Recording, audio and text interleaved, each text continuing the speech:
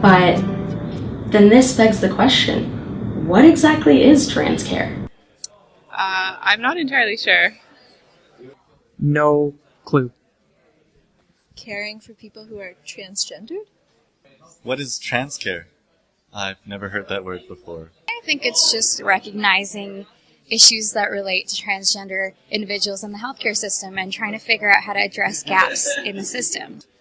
Specialized medical care that is catered to the needs of individuals that identify or have, that are trans individuals, and there needs to be more awareness. What is transcare? Let's break it down. Transgender specifically refers to someone who does not identify with the sex they were assigned at birth.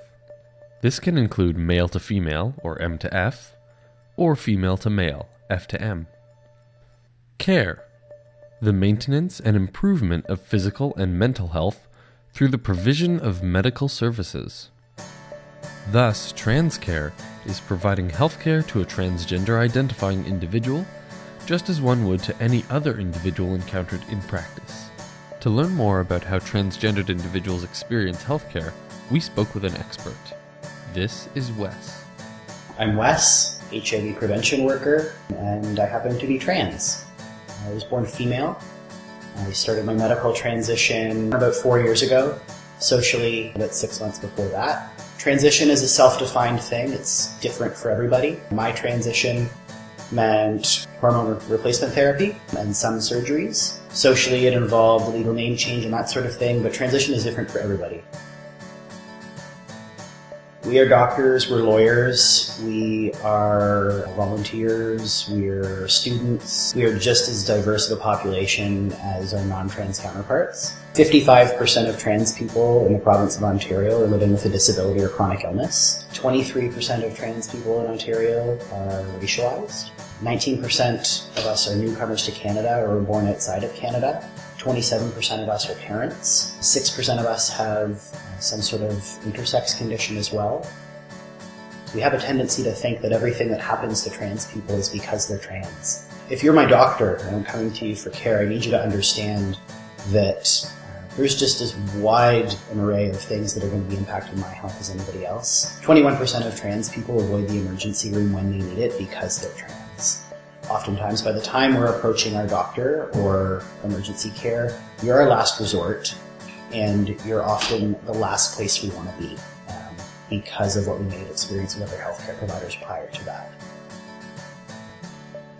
I think providing inclusive, competent care for trans people really starts the minute we walk in the door of your facility, and I think a few really small changes could make a really big difference for somebody trying to access your services or somebody who's too afraid to access the services you're offering. Intake forms. We have a tendency to gender everything in a really binary way, check male or check female. What would it take to change a form to say maybe gender, fill in the blank, and allowing somebody who maybe doesn't identify as male or female, or maybe they feel that they're somewhere in between, or maybe they're in a period of transition and they identify other than those two things. I think that little change can make a big difference in the way that someone feels welcome or counted in their space.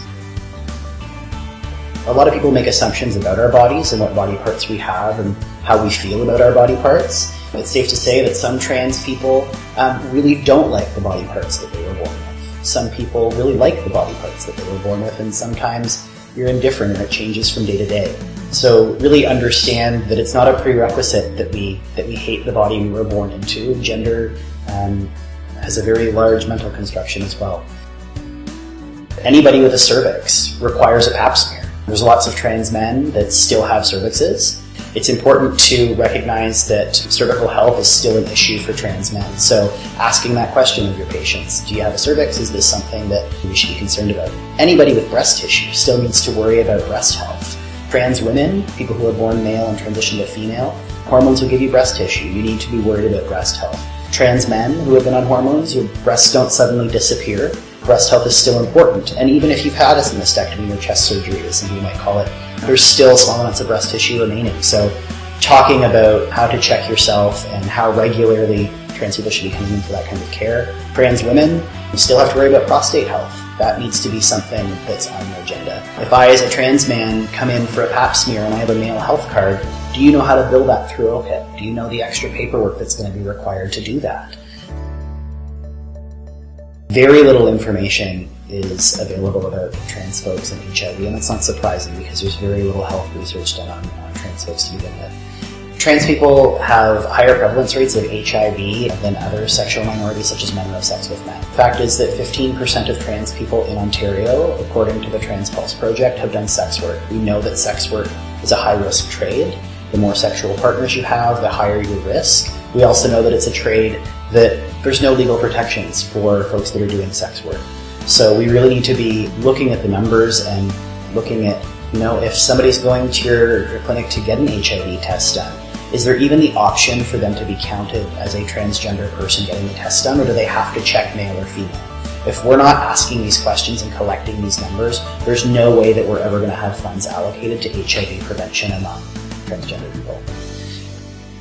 Your best first question for a trans patient is, what can I do for you today?